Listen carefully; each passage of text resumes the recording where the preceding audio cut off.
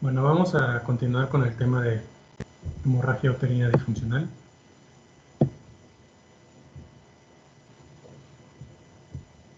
Permítanme.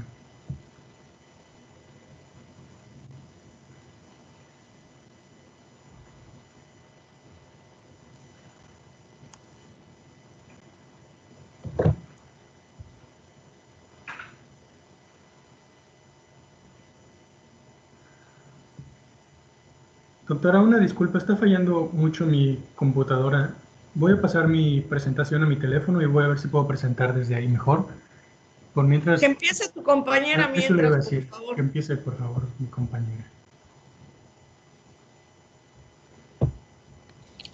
Voy, ahorita proyecto.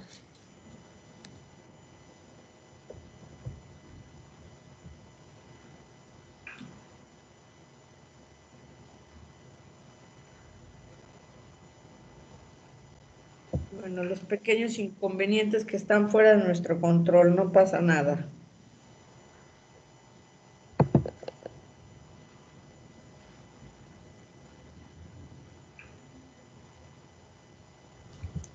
Voy, doctora, es que no estaba abierta mi presentación.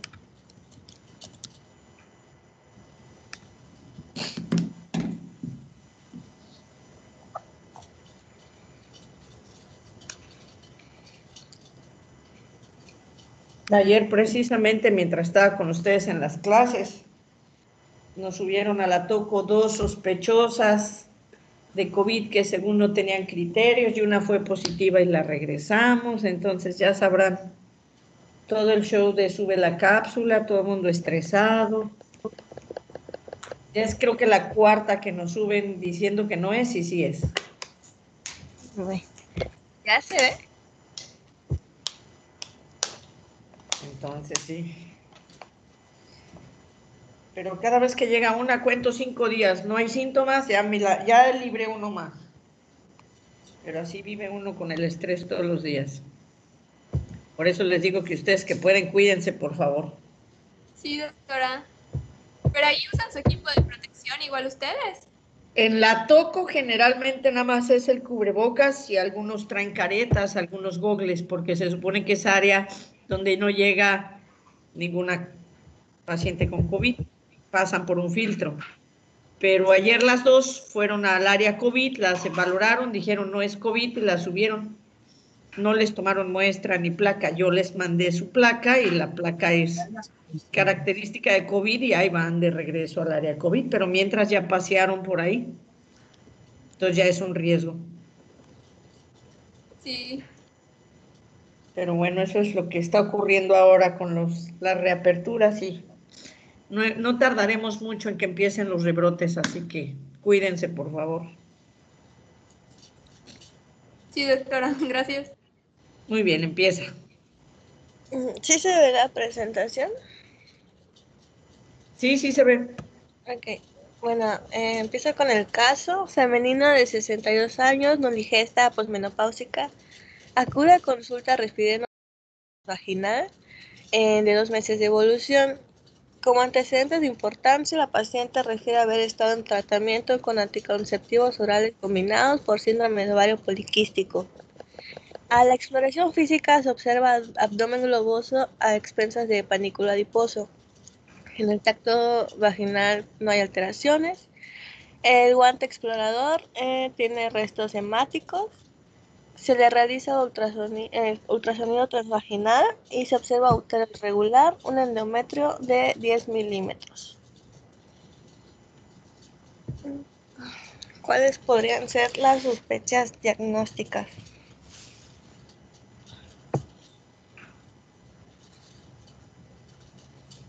Entonces acuérdense, ahí hay que verlos, todo lo que podemos, supongo que leyeron el tema, todo lo que podemos ver como factor de riesgo, ¿no? Tiene 62 años, además es nuligesta y posmenopáusica. No nos dice cuánto tiempo de posmenopáusica.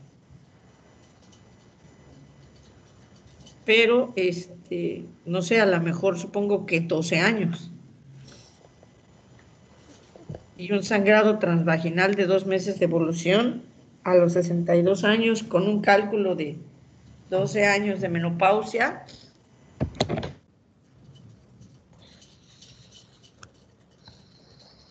Ahora el tratamiento fue en la adolescencia, el tratamiento con hormonales combinados por ovario poliquístico.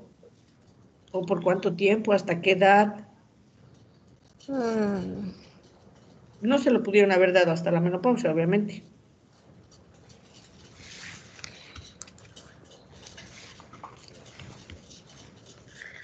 Yo te diría, 62 años, nuligesta, posmenopáusica, con ese antecedente, 2 meses de evolución, yo ya no pienso en una hiperplasia, yo pensaría en un carcinoma, directamente. Aunque el grosor de alguna manera me haría pensar que tendría que tener por lo menos 13 milímetros, pero a partir de 11, y me falta ahí uno, pero con los factores de riesgo, yo ya pensaría en un cáncer endometrial. Pero bueno. Es que esa era mi duda porque estaba viendo para poner el caso y me decía que no puedo a un carcinoma si no tengo ya el resultado de un patólogo, entonces primero... Claro, no. O sea, hablamos, acuérdense que cuando hablamos de diagnóstico clínico es una sospecha clínica que se corrobora o se apoya en un paraclínico. Y siempre para todos el gol de oro, hablando del sangrado uterino anormal o de la patología, vamos a hablar lo que hoy dicen las asociaciones europeas. Las asociaciones europeas, y me refiero por ejemplo a la España, que es la que yo creo, o las latinas que se asemejan más a nosotros antes que la anglosajona, dice que hoy día se llama patología endometrial. Y patología endometrial porque finalmente la miomatosis, aun cuando sea un tumor benigno del miometrio, provoca protrusión hacia endometrio y altera la respuesta endometrial provocando sangrados, ¿no? Entonces vamos a hablar que todas estas, y en este caso hablamos de tu punto es ir a la hiperplasia. Entonces, hablando desde ese punto de vista, toda la patología endometrial, el gol de oro para toda la patología endometrial siempre va a ser la histopatológica. Pero por supuesto que tienes que tener una sospecha, si no, no vas a dar un manejo. Si en el oncológico tienes alta sospecha, ya le tomaste el ATAC, ya le tomaste otros estudios, ya dices sí es, ya hasta la puedes estadificar. Obviamente, para decidir si tú das un manejo con radio, con quimioreducción, con radioterapia dirigida y o una cirugía extensa o radical, si necesitas el resultado de patología. Ya no tanto para el diagnóstico, sino para corroborar bien tu estadificación y decidir el manejo. Ok. Entonces, por eso yo decía, con todo lo que hay aquí, yo me iría más, y no estoy diciendo a que sea, pero sí sospecharía más en un carcinoma que en una hiperplasia. Si Sí, pones que acude por un sangrado transvaginal que ocurrió después de ser menopáusica sin ponerle 2 meses de evolución, porque 2 meses de evolución es mucho, para 12 años de posmenopáusica, que quiero pensar un cálculo, pues sí, 62 años, presenta sangrado posmenopáusico, en la adolescencia tuvo tratamiento por síndrome de ovario poliquístico, tiene 10 milímetros de grosor, y te voy a decir por qué. Porque acordémonos que no es lo mismo, y tú revisaste el tema, la hiperplasia en la mujer en la etapa fértil o perimenopáusica que en la posmenopáusica. Si leíste, dime cuál es el grosor normal del endometrio en una mujer posmenopáusica. Menor a 4 o 5 milímetros. Entonces, estás poniendo el doble. Me atrevo a pensar más en un carcinoma. Ok. Si me dices posmenopáusica y me dices 7, pues hiperplasia. Si me dices perimenopáusica, etapa fértil, a partir de 9 es hiperplasia. ¿Sí me explico? Sí, doctora. Ok. Pero está bien.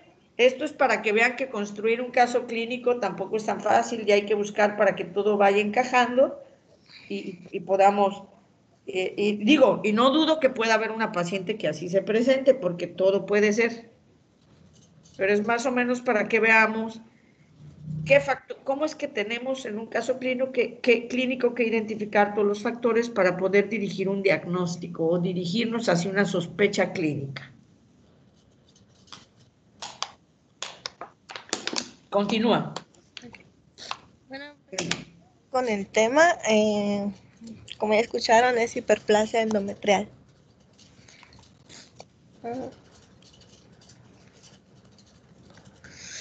Bueno, recordar nada más que la hiperplasia es un aumento normal de tamaño que va a sufrir un órgano o tejido a causa de un incremento del número de células normales que lo forman. En este caso, la hiperplasia endometrial es un trastorno que consiste en la proliferación anormal del endometrio por acción de los estrógenos, sin el efecto protector o compensador de la progesterona. Se da fundamentalmente en mujeres con ciclos anovulatorios. Este suele evolucionar sobre un fondo de endometrio proliferativo, producto de estimulación estrogénica, como ya dije, en ausencia de un protector Contraposición. progestacional. Por ejemplo, hasta un caso clínico hubieras puesto una paciente que tuvo resección, una cuadrantectomía por cáncer de mama en control y con terapia tamoxifeno. Sí. Ellas hacen hiperplasia frecuentemente. Muy bien, continúa. Doctor, entonces las que tienen cáncer de mama cuando están en tratamiento, pues pueden tener cáncer de endometrio. Desarrollan frecuentemente hiperplasia endometrial. Son pacientes que, como se someten a manejo coayudante con tamoxifeno hasta por 5 años, hay que estarles haciendo ultrasonidos de control o en ocasiones toma de biopsias para ver cómo están, porque sí pueden desarrollar hiperplasia. Ahora, lo que dijiste es un crecimiento en número, pero puede darse de dos formas. La hiperplasia sin atipia, que va a ser simplemente un aumento en la cantidad de células, pero sin cambios dismórficos, o con cambios dismórficos, lo que ya te da una hiperplasia con atipia y se considera una lesión premaligna. Y obviamente, pues sí, sería de mucha mala suerte, pero si no se vigila o si este conocimiento no se tiene y así se deja, pues sí, la paciente podría llegar a desarrollar un cáncer de endometrio.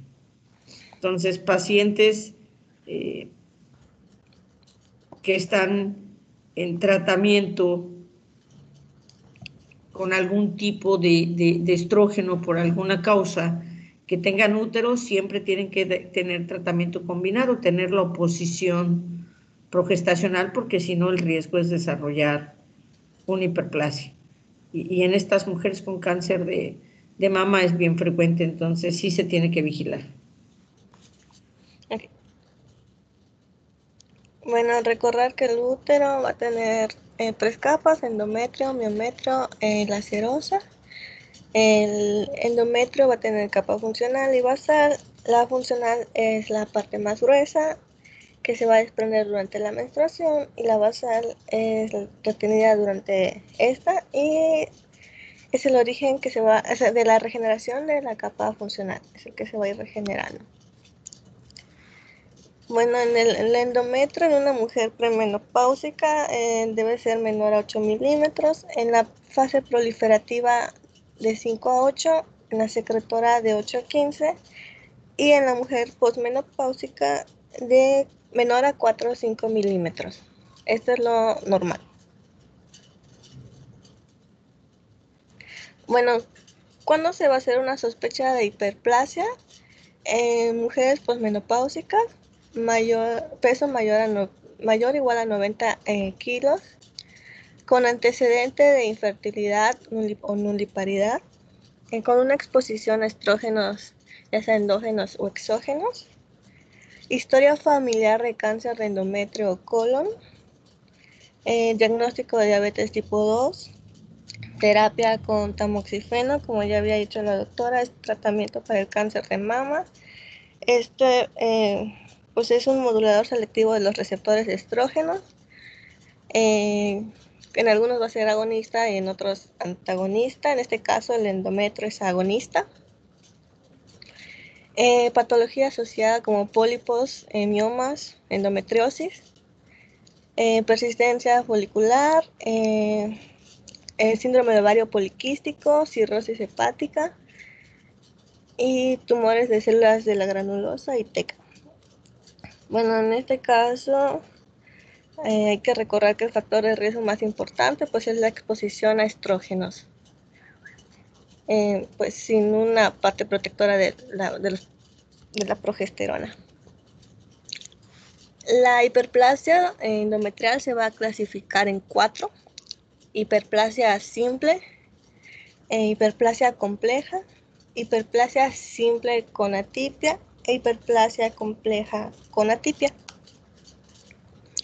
Bueno, como simple y compleja con base en la ausencia o presencia de anomalías arquitectónicas como complejidad y aglomeración granular, y atipia va a ser si presenta o no atipia celular, o sea, en este caso nuclear.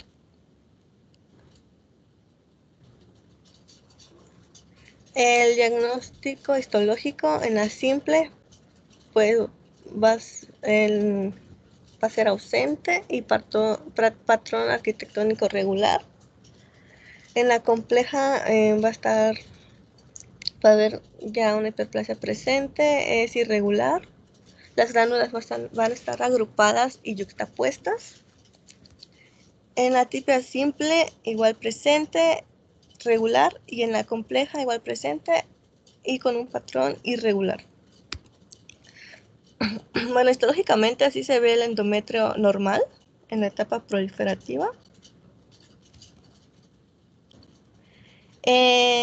La hiperplasia simple pues presenta el endometrio, va a tener alteraciones en la arquitectura de la glándula y puede mostrar quistes en aspecto de queso suizo, dice. El queso suizo es el que tiene huequitos, ¿verdad? Así, creo que es este, así. En la hiperplasia compleja va a haber un aumento del número de tamaño de las glándulas endometriales con un estroma más escaso entre ellas. En la hiperplasia simple con atipia, las lesiones de hiperplasia se asocian. En las lesiones de hiperplasia simple se asocian atipias celulares, y en la hiperplasia compleja con atipia, la asociación de atipias celulares y nucleares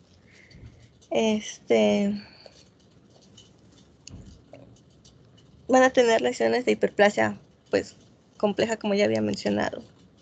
Ok, aquí lo importante más que conocer los patrones, bueno, ustedes pueden ver en la primera imagen que es la hiperplasia simple, simplemente un aumento celular, pero no pierden su conformidad a lo normal. En la simple con atipia empieza a ver en los halos de estas células conformadoras alrededor de esta luz de la glándula alteraciones nucleares. Sin embargo, sin perder la forma y sin perder parte del estroma. Ya en la compleja, en la hiperplasia compleja, pero sin atipia, disminuye el estroma, están más pegadas, más agolpadas estas glándulas, tienen atipias nucleares en sus áreas y empiezan con áreas de sangrado por pérdida y necrosis de estas áreas estromales de sostén. Ya en la hiperplasia compleja con atipia, entonces ocurre que ya se pierden inclusive las formas normales de estas glándulas y ya están una encima de la otra. En la otra disminuye el estroma, pero aquí ya está perdida. Y no solamente perdida la atipia celular en los bordes de la luz, sino alrededor de todas estas. Empieza a perderse la estructura normal de estas zonas glandulares. Las imágenes, o sea, qué bueno que están ahí para que las vean, porque finalmente en una descripción histológica tiene que lo que leer, saberlo interpretar y forjar una imagen en su mente para darse una idea de qué hay, pero no son parte de las preguntas o que se les vaya a poner esto como una pregunta, sino más bien saber que la clasificación es hiperplasia simple, simple con atipia, compleja y compleja con atipia, y que obviamente las que tienen a partir de la compleja, la simple con atipia y la hiperplasia, además de compleja, además con atipia, son las consideradas de mayor importancia por el porcentaje que pueden tener de riesgo para desarrollo de cáncer endometrial. Continúa. Bueno, encontré que había otra clasificación un poco más reciente de la OMS, donde mencionan la neoplasia intraepitelial endometrial, que sería en este caso la compleja con atipia. Esto solo lo puse para ver que hay otra clasificación, pero la que mencioné antes de las 4 es la que más se utiliza. Bueno, las manifestaciones clínicas, en 2/3 de las... Un segundito. La primera es la clasificación que se utiliza, pero este es el manejo de terminología. Esa es la clasificación. Y la que sacaste, que saca la OMS, es nada más una situación de terminología para la hiperplasia endometrial. Sí, es que vi que había 2 clasificaciones, pero que una no, o sea que... Volveré otra vez. La otra es la clasificación desde el punto de vista arquitectónico y estructural, Ajá. que siempre te la va a dar. Y esta que sacas de la OMS, para que no vayas y vengas con las imágenes. Y esta es una propuesta de terminología, no de clasificación, de terminología. ¿Por qué? Porque aquí te embarca que todas las hiperplasias con atipias, y te digo sin atipias, si te está hablando solamente de la compleja o de la simple, ¿sí? Se dieron por efecto estrogénico prolongado y tienen un riesgo de hasta un 5% de cáncer, y tienes la posibilidad de un tratamiento hormonal o solamente sintomático. Mientras que en las hiperplasias atípicas, que se consideran premalignas, como les dije, tienes el 25% de malignidad. Aquí, además de que puedes tener la posibilidad de un hormonal, hablando de una simple con atipia, porque la compleja, o la compleja sin atipia, porque la compleja con atipia ya es quirúrgico, puedes decidir o no dar hormonal o quirúrgico.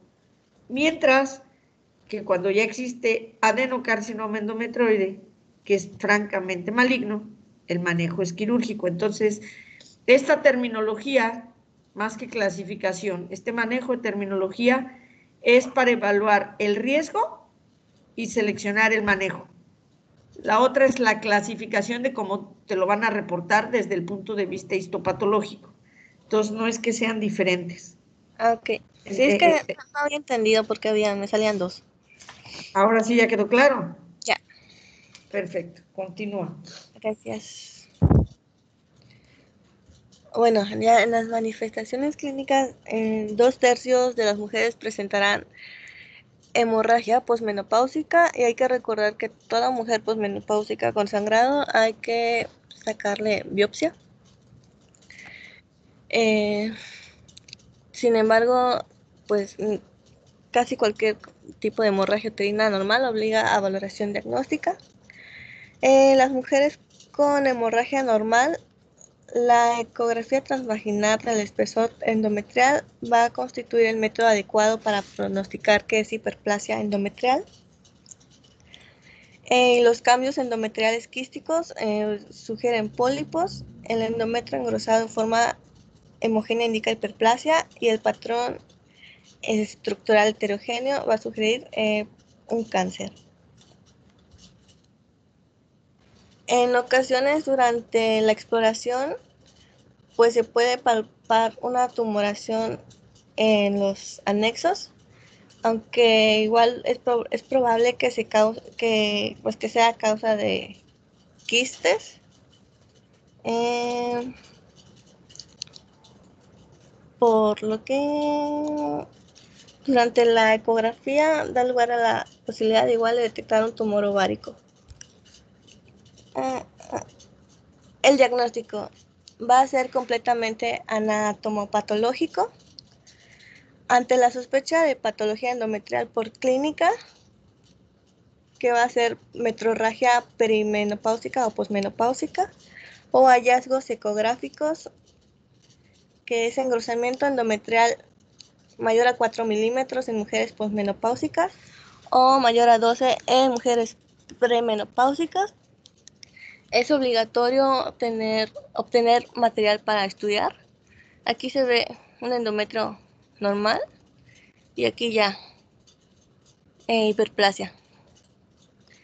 El diagnóstico de elección es la histerescopía biopsia. Aquí puse un videito de cómo se ve más o menos.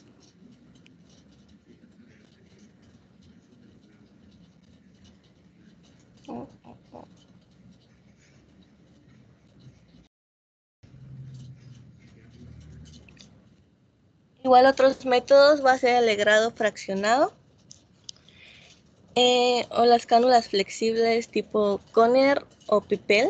Igual puse un videito de cómo se realiza El esto. médico primero la palpará para determinar la posición del útero y luego insertará el espéculo en la vagina para abrirla y mantenerla abierta de manera que el cuello del útero esté claramente visible. El médico puede utilizar otro instrumento denominado tenáculo para sostener el cuello uterino y mantenerlo firme durante el procedimiento. Luego pasará un tubo flexible largo y delgado denominado pipel por la vagina y cuello del útero y dentro del útero. La cánula de pipel está equipada con un dispositivo similar a un émbolo que crea succión cuando se lo tira hacia afuera. El médico girará la cánula de pipel y la moverá hacia arriba y hacia abajo dentro del útero mientras succiona una muestra apropiada de tejido endometrial. Luego retirará la cánula de pipel y colocará su contenido en un recipiente. El médico completará el procedimiento al retirar el tenáculo y el espéculo. Para el tratamiento se deben tomar en cuenta dos factores, que es la edad de la paciente y las características histológicas de la lesión. Para la hiperplasia con atipia, el tratamiento de elección va a ser la histerectomía, pero en caso de que la paciente no lo quiera o no sea candidata, pues se puede dar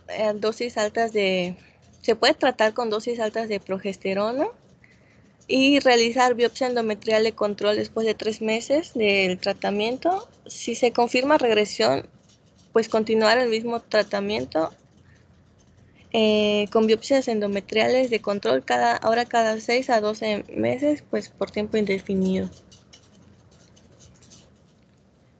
Para la hiperplasia sin atipia van a haber igual 3 tratamientos. Para la mujer en edad fértil y con deseo de concepción,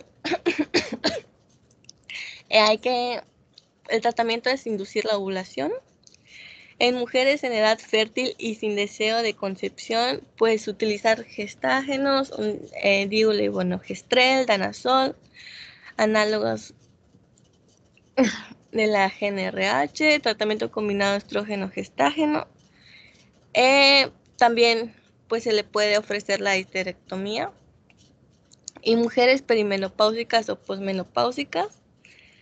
Entonces, como puedes ver, Perdón. es diferente el manejo en las pacientes en edad fértil, que dependerá del deseo o no deseo de embarazo.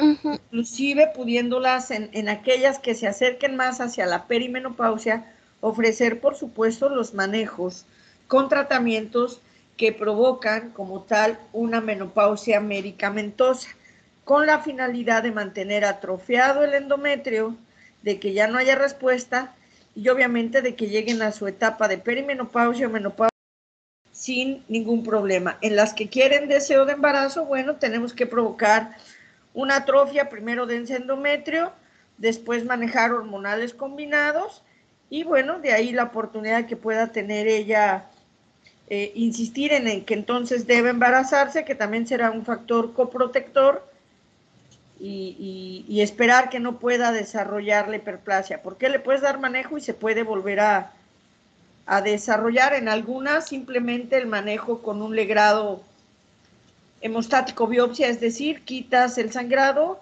quitas el tejido, haces la hemostasia y ese tejido te sirve de biopsia, ¿no? En donde va a cambiar es donde vas a empezar ahorita, en la paciente posmenopáusica. Aquí sí es bien diferente. Continúa.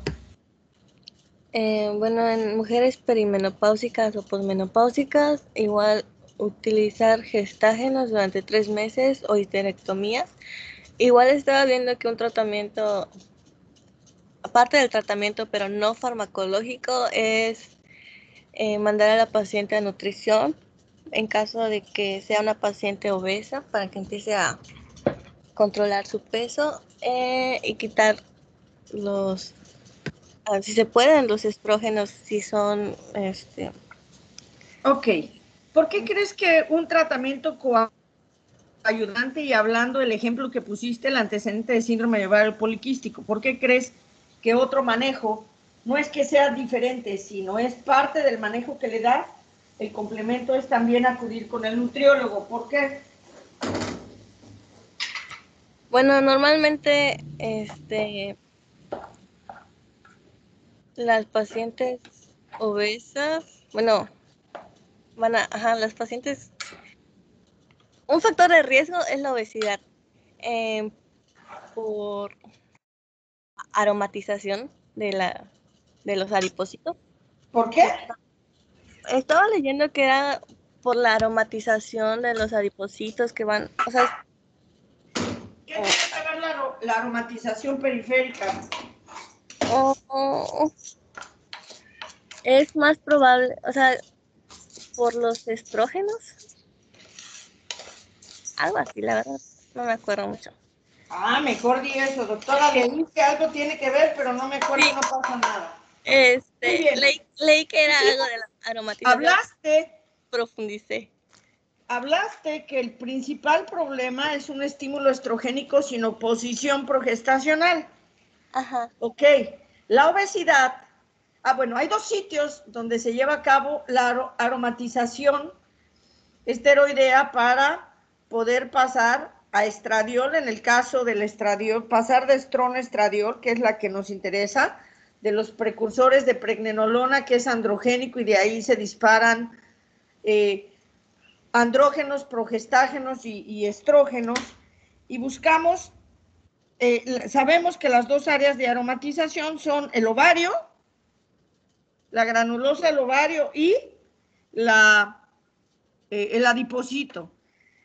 En el ovario se encuentra y se aromatiza para buscar estradiol, que es el activo y que es el estrógeno bueno, pero el periférico nos da estrona, que lo único que hace es estimular, pero que no es el activo. Entonces, la paciente obesa tiene una aromatización periférica que provoca que haya un aumento de estrógeno sin oposición progestacional. Entonces, esa paciente, independientemente del manejo hormonal que va a controlar ovario, hay que controlar la aromatización periférica. Entonces, tiene que ir al nutriólogo por eso, porque tiene que bajar de peso para que baje la actividad de aromatasa periférica de adipocitos y también tengamos control en cuanto a la producción de estrona a nivel periférico. Entonces, todas esas pacientes. Puede ser una paciente no obesa, pero tener ovario poliquístico, porque por alguna razón de alimentación, de ejercicio o por propia genética, tenga esa alteración con metabolismo, alteración metabólica que esté provocando. Entonces, también ellas tienen que ir con nutriólogo, porque a lo mejor es parte de la dieta lo que lo está alterando y no necesariamente una obesidad. Entonces, siempre con nutriólogo, ¿vale? Sí. Y en el caso de la posmenopáusica, que ya lo mencionaste, generalmente en ellas, como no hay el tiempo de inmediato para la cirugía, sí les das manejo con progestágeno, no necesariamente hasta 3 meses, sino por el tiempo que puedas proteger en lo que lo operas, pero en ella el único tratamiento es cirugía. El manejo con progestágenos es mientras la operas, pero en ellas no cambia, en ella es cirugía siempre. Ok, gracias. Continúa. Solo recordar el perfil premaligno. En la hiperplasia con atipia aumenta la probabilidad de desarrollar un carcinoma. Este va a ser de 5 a 25%, con una progresión mayor a 5 años. Va a aumentar la probabilidad de mujeres pues mayores, pues menopáusicas. Va a ser raro en edad fértil, pero pues sí se puede dar, como ya habíamos visto en casos con pacientes con síndrome de ovario poliquístico. La atipia citológica hay que distinguirlo entre benigno y la neoplasia. Y ya es todo. Muy bien, ¿dudas, preguntas del tema?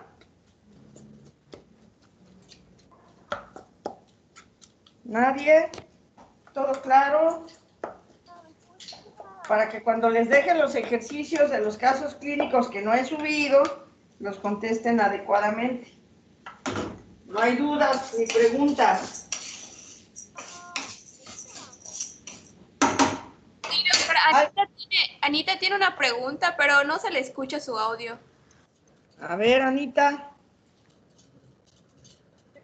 Si no se escucha, escríbela, ponla en el chat. Bueno, en la conversación acá ponla a ver.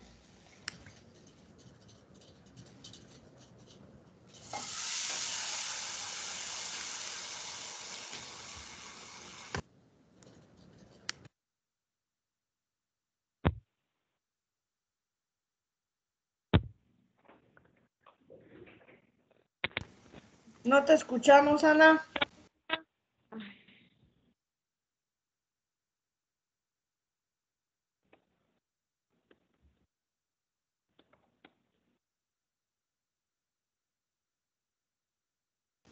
¿Alguien le escucha? No, doctora, no se le escucha.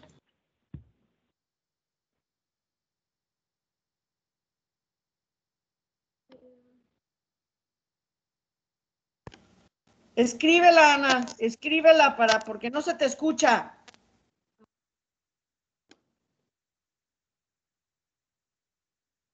Ya la escribí.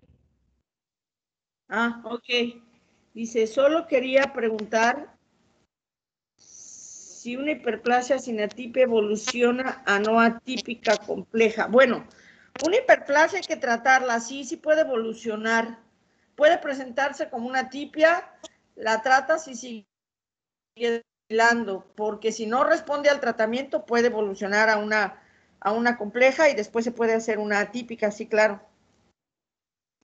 Cuando das manejos con progestágenos, con hormonales, hay que hacer después ultrasonido de control, evaluar el grosor.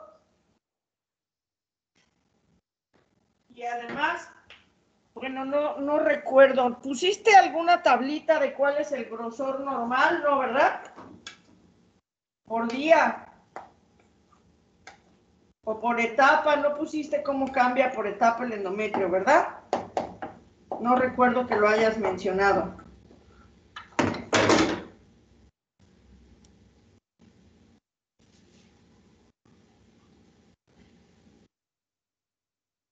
Fernanda, no lo pusiste, No, ¿verdad? Ok. no. Pero sí, dependerá mucho de esa modificación, en qué etapa del ciclo, saber de acuerdo a la edad hasta dónde es permisible o no, cuánto alcanza el grosor en este cambio proliferativo para poder hablar de cuándo se presenta, porque generalmente piensan en la hiperplasia en mujeres posmenopáusicas y no, puede ser desde la etapa fértil o en la perimenopausia. Todo dependerá de qué grosor y qué factor y qué estemos encontrando como asociación. Que sea más frecuente en las posmenopáusicas, sí, pero no es en las únicas, o en las perimenopáusicas. Pero sí, obviamente pueden evolucionar. Yo he visto mujeres jóvenes, tenemos ahorita una de 33 años y que tiene un cáncer endometrial, no se conocía diabética, es diabética, tiene obesidad y ahorita ya tiene un cáncer endometrial, un carcinoma endometroide eh, etapa 3. Y obviamente pues pudo haber evolucionado de una hiperplasia que no la vieron. Además de que dentro de estas hiperplasias, como dijo su compañera, el manejo con histeroscopía no lo hay en todos lados, o la evaluación adecuada de un médico radiólogo experimentado, suficiente con el ultrasonido, porque nos puedan detectar áreas de focalización, áreas con distorsión y que nos puedan indicar que además de la hiperplasia puede haber un área focal compatible con carcinoma. Y obviamente aquí cambian los manejos. Si lo hacemos con histeroscopía, pues la visión es directa, ya hay los parámetros bien descritos a la visualización como algo parecido como en colposcopía, donde podemos ver las lesiones y de acuerdo a las características que se observan podemos decir si se trata de una hiperplasia o si se trata de un carcinoma. No necesariamente hablar de hiperplasia con atipia porque tampoco es ese lente potente, eso ya es decir hay una hiperplasia, se toma la biopsia dirigida y se envía al patólogo, ya el patólogo nos dirá qué clase de hiperplasia. Pero sí puede ser visualmente por los cambios hablar de una lesión premaligna o ya de una lesión maligna. ¿Alguien más? ¿Alguna otra pregunta?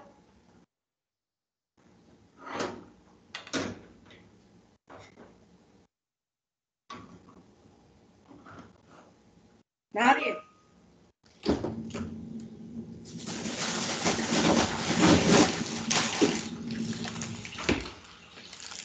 Bueno, ahora solamente, bueno, dime, Doctora, Ana. Anita creo que puso otra pregunta en el chat. Ok, y una mujer con tratamiento de estrógeno, si tiene como consecuencia la hiperplasia, habría que... Bueno, lo que pasa es que volveré a lo que les dije. Las pacientes que reciben tratamiento con estrógeno, si tienen útero, tienen que recibir el tratamiento con progesterona también. Si no tienen útero, obviamente pueden proseguir solamente con los estrógenos. Entonces, más que quitar el tratamiento estrogénico, hay que elegir bien el tratamiento que das de acuerdo a tu paciente. Entonces, si la paciente tiene útero y necesita tratamiento con estrógenos, tiene que darse combinado estrógenos y progesterona porque tiene útero. Si la paciente no tiene útero, no pasa nada. Obviamente, bueno, la vigilancia de que no haya cáncer de mama o alguna otra alteración. ¿Quién más? Perdón. Doctora. ¿Sí?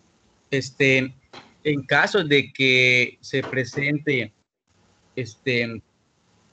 en mujeres en edad fértil y sin diagnóstico de diabetes y que no sean obesas, ¿qué probabilidad hay de que se convierta en una típica compleja? ¿O qué frecuente más bien? ¿Qué frecuencia tiene que se convierta en una típica compleja? Híjole, qué frecuente, pues si me hablas de incidencia, no tenemos una incidencia, pero si es una paciente en etapa fértil que la presenta y no se da manejo, es exactamente lo mismo. Porque la tienes que tratar.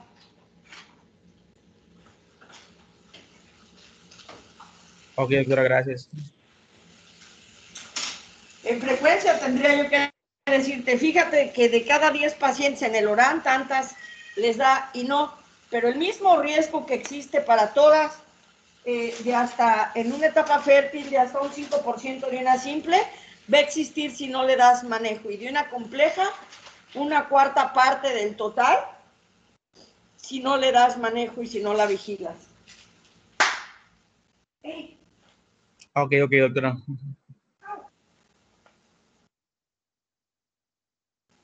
¿Alguien más?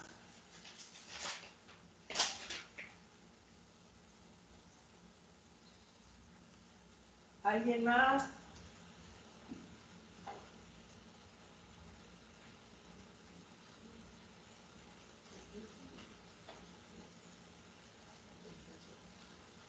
¿Nadie? Ok, continuamos con su compañero a ver si ya sirve su micrófono, su computadora. Ya me pasé a mi teléfono, doctora. Lo que voy a averiguar es cómo presentar.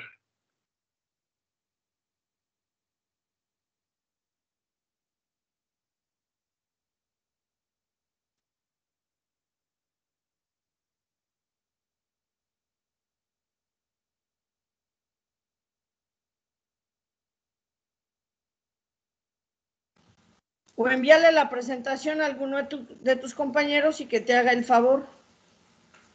¿No se ve? Ya estoy compartiendo.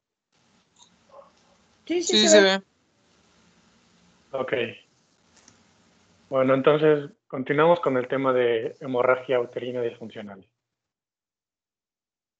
Es una irregularidad menstrual que va a ser de las principales causas de consulta o de consulta con el médico o consulta de urgencia en primer y segundo nivel. Se caracteriza por una alteración de la cantidad y frecuencia o infrecuencia e irregularidad que se presenta generalmente durante la adolescencia, pero se mencionaba que también puede ser en los extremos de la vida porque se da durante ciclos anovulatorios. Esta alteración va a afectar la calidad de vida con repercusiones reproductivas y metabólicas.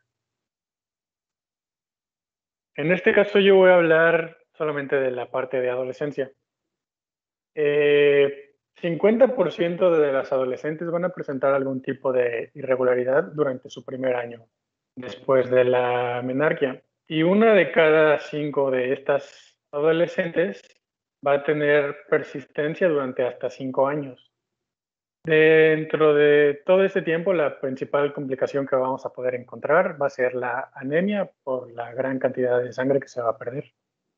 Ahora, dentro de lo normal, el patrón menstrual normal, tenemos que el sangrado en promedio es de 3 a 4 días, pero se puede considerar normal cuando dura de 2 o hasta 7 días. Los intervalos entre ciclos, el promedio es de 28 días y lo normal puede ir desde los 21 hasta los 35 días. El volumen de sangre perdido va de los 60 a 80 mililitros, con cifras normales desde 50 hasta 150, y las características de la sangre es que sea de rojo oscuro y no esté coagulada.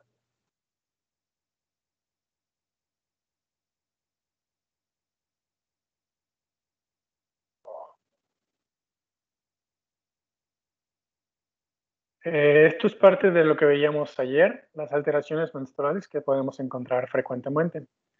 Oligomenorrea va a ser cuando los intervalos sean de más de 40 días. Polimenorrea cuando sean menores a 21 días.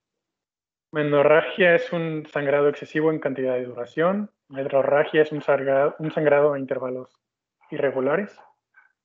Menometrorragia es una combinación de estas dos últimas. Es un sangrado excesivo y prolongado con intervalos irregulares pero frecuentes.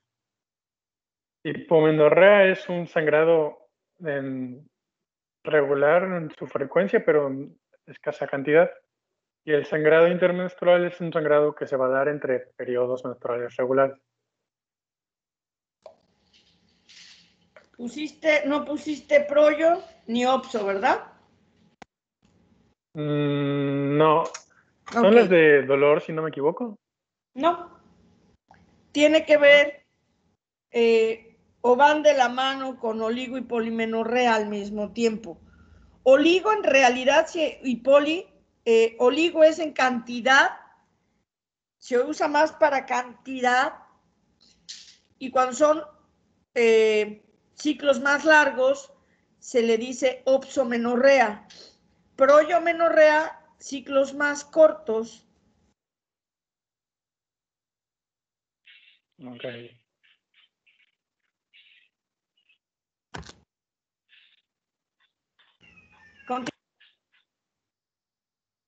Bueno, tenemos que en el 95% de los casos la naturaleza de estas alteraciones va a ser de origen disfuncional por la inmadurez del eje hipotálamo hipófiso ovárico, que pues aún no está maduro en esta etapa de la vida, de la adolescencia.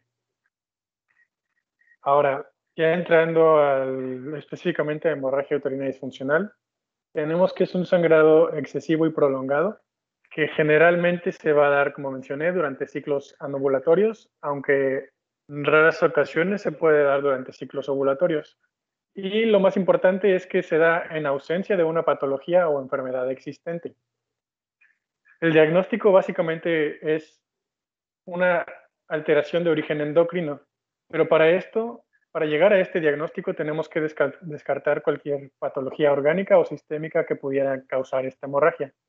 Por lo tanto, el diagnóstico siempre va a ser de descarte. En cuanto a su etiopatogenia, los ciclos anovulatorios lo que van a provocar es una proliferación desorganizada del endometrio por falta del efecto progestágeno. Este crecimiento desordenado va a llevar a una descamación irregular, lo que va a provocar un sangrado permanente de cantidad variable. En cuanto a sus signos clínicos, se va a presentar una amenorrea de 2 a 4 meses y posteriormente va a venir el sangrado, que va a ser abundante durante 3 a 4 semanas. La paciente puede referir el uso de 6 o más toallas al día. Se va a presentar también coágulos. No es común que sea dolorosa. Y esta parte no la entendí muy bien, doctora. Menciona que va a tener menstruaciones de más de 7 días de duración y ciclos menores a 21 días. Pero no sé si esto es después del sangrado que se menciona de 3 a 4 semanas.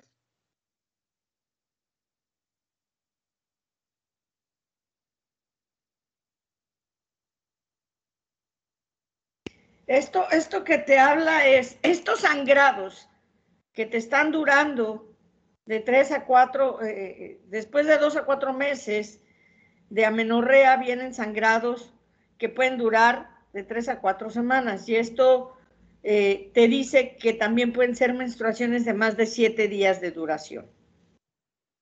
Una de las características no es que sea lo que sigue después del otro. Es dentro de estas semanas.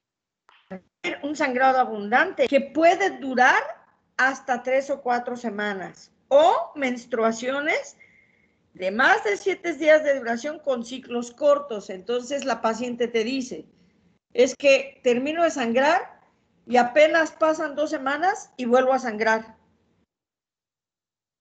Ah, ok.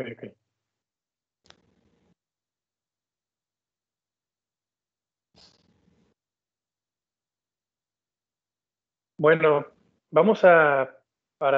dentro del diagnóstico tenemos que clasificar la gravedad de la hemorragia.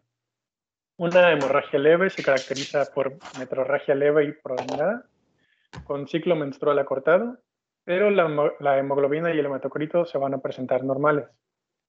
En una hemorragia moderada, la metrorragia va a ser copiosa y prolongada. De igual manera tenemos un ciclo menstrual acortado. Y aquí ya empezamos a presentar datos de anemia leve, con hemoglobina debajo de 10 gramos por litro. Y en el caso de la hemorragia severa tenemos una metrorragia copiosa y prolongada. Van a ser ciclos cortos e irregulares y la anemia va a ser grave con cifras de hemoglobina por debajo de 8 gramos por litro. Como mencioné antes, el diagnóstico de esta enfermedad es por descarte. Entonces, dentro de los diagnósticos diferenciales que tenemos que considerar eliminar, puede estar la gestación, abortos o un embarazo ectópico, coagulopatías, que va a ser la causa en un 20% de los casos, malformaciones, traumatismos o cuerpos extraños dentro del aparato genital, dispositivos intrauterinos, tumores uterinos, sarcomas botroides o tumores anexiales, y alteraciones metabólicas como hipo o hipertiroidismo, y causas orgánicas como insuficiencia renal o hepática. Entonces, ya con este descarte y para hacer el diagnóstico definitivo, tenemos que hacer una historia clínica minuciosa. Hay que precisar el nivel de desarrollo puberal y, muy importante, preguntar si ya la paciente ya inició su vida sexual activa. Se debe hacer un examen físico general y un examen ginecológico, aunque se menciona que se puede evitar en el caso de las adolescentes que no han iniciado su vida sexual y el sangrado es leve. Y de ser necesario se realiza una valoración citológica y microbiológica. Obviamente toda esta parte de examen físico y examen ginecológico va orientado todavía a la parte del descarte. Por lo tanto, tenemos que buscar visceromegalias. En el examen ginecológico, pues que el sangrado no venga de una herida, sino que venga del útero. Y ese es el enfoque que tenemos que dar, a descartar las otras patologías. Exámenes complementarios. Se menciona que estos básicos se deben hacer sí o sí a la paciente, independientemente de la causa que tengamos en mente que podría ser. Y son el hemograma, un coagulograma, un examen general de orina, un ultrasonido y una ecografía abdominal. Y los secundarios son también parte del proceso de descarte. Hay que hacer dosificación de varias hormonas, la folicoestimulante, el luteinizante, T3, T4, TSH y prolactina. La Vamos a paroscopía en caso de llamarle sospecha de... diagnóstico diferencial, no de descarte, ¿vale? Ok, diferencial. La paroscopía en caso de sospecha de una patología de base y otros exámenes según sea la sospecha y según se requieran. El tratamiento es muy importante individualizar a cada paciente. La prioridad va a ser detener la hemorragia y reponer las pérdidas sanguíneas, además de evitar recaídas. En caso de una hemorragia leve, podemos tener una actitud expectante mientras no se presente ningún tipo de afectación a la paciente. Ya nuestra conducta terapéutica se va a manejar a la paciente con AINES y se le va a realizar un control cada 3 meses aproximadamente con vigilancia periódica.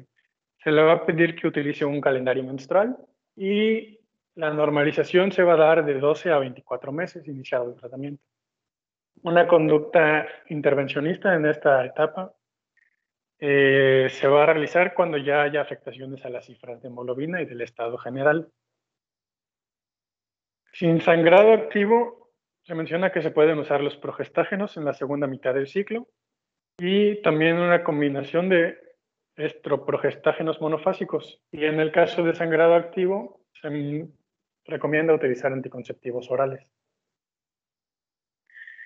En caso de hemorragia moderada, hay que iniciar ya el control del proceso hemorrágico. Esto se va a dar con un tratamiento muy detallado.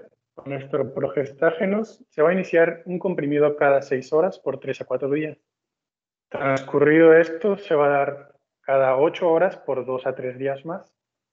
Y luego se va a dar cada 12 horas, aunque aquí ya no mencionaba por cuántos días, pero los últimos 14 a 21 días del ciclo se va a dar cada 24 horas. Para el control de las recidivas...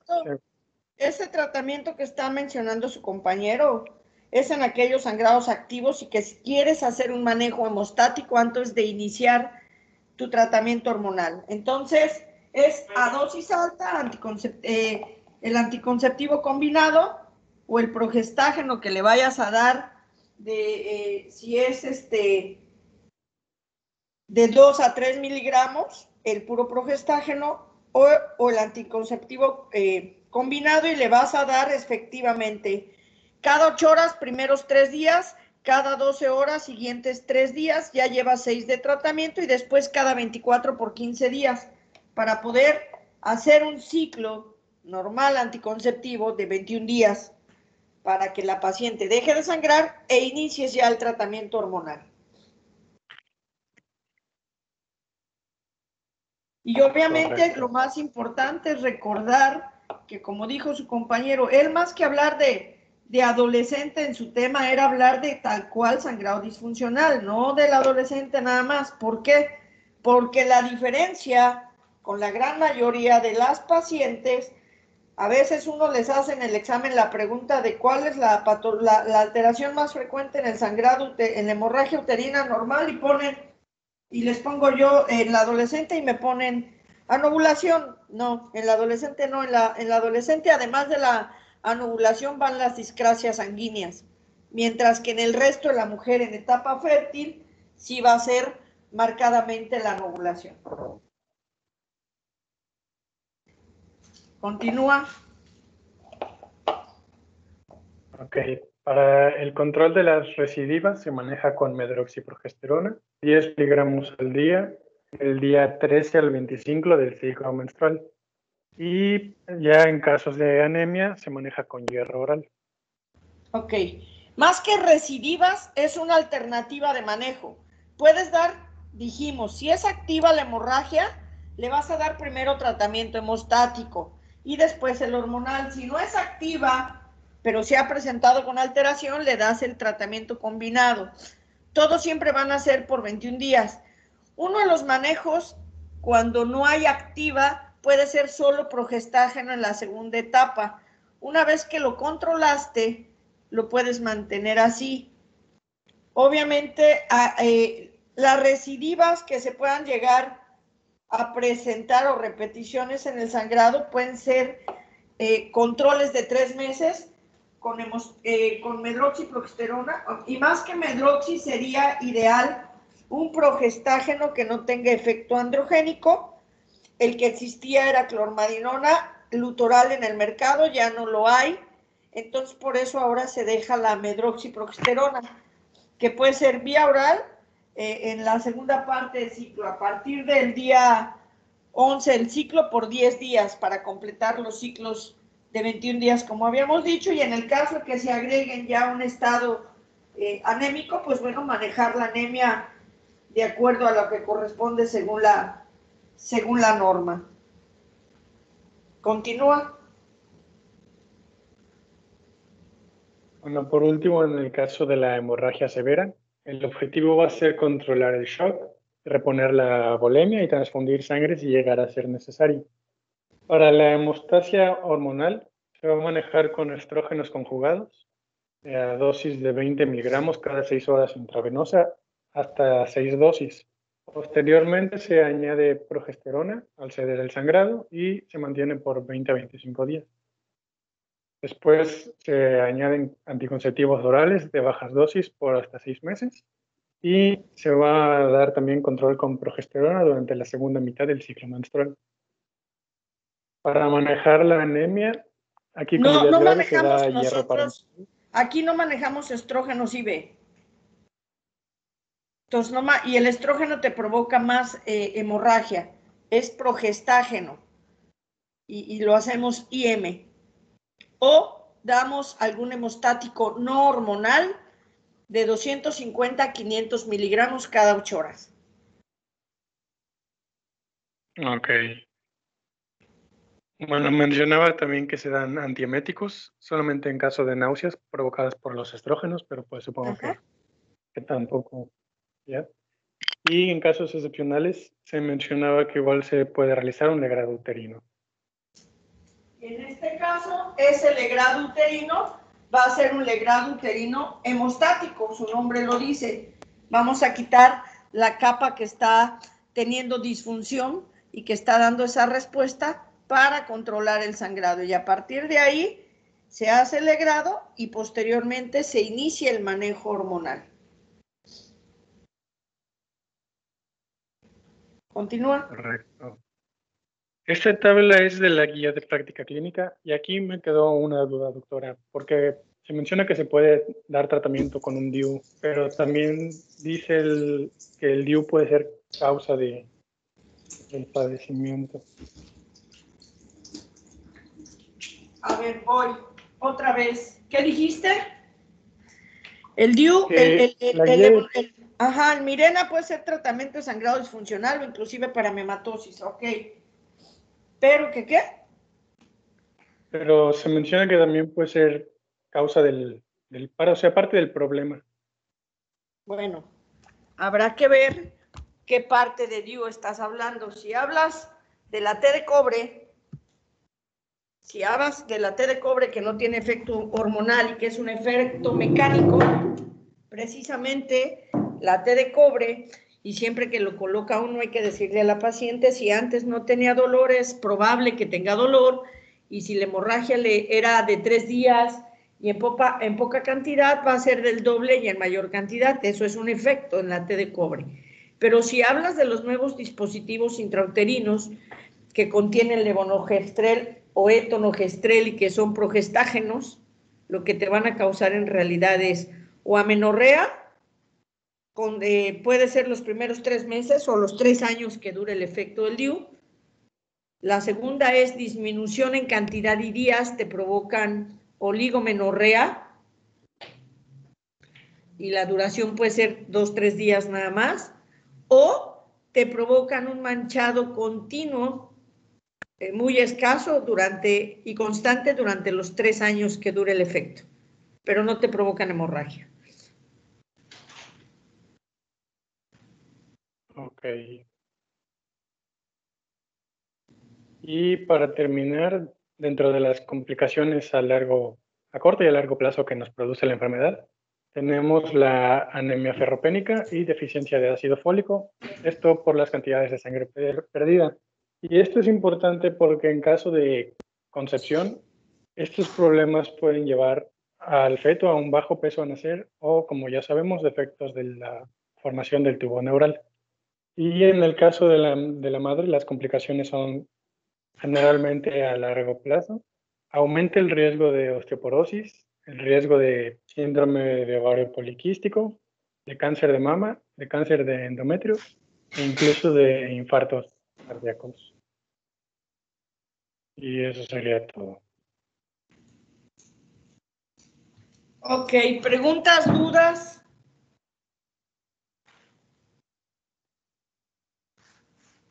¿Preguntas o dudas? Nada.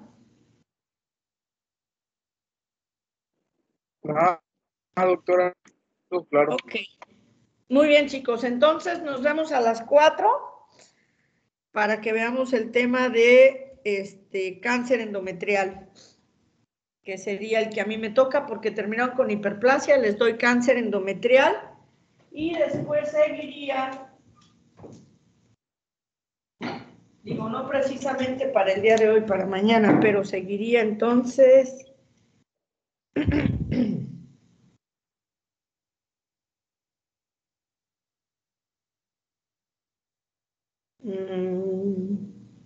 tumores y quistes ováricos. ¿Quién lo da? ¿Quién lo da? Yo, doctora Karen, y mi compañera... Karen de Ana Beatriz. Sí.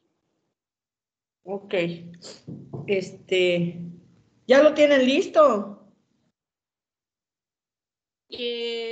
Solo faltan terminar algunos detalles, pero en general sí. Ok, perfecto. Digo, pregunto porque como está viendo supervisión, ayer sí tuvimos tiempo, hoy espero que haya sido más temprano y se vayan. Porque si no puedo hablar, sí puedo estar oyendo la clase.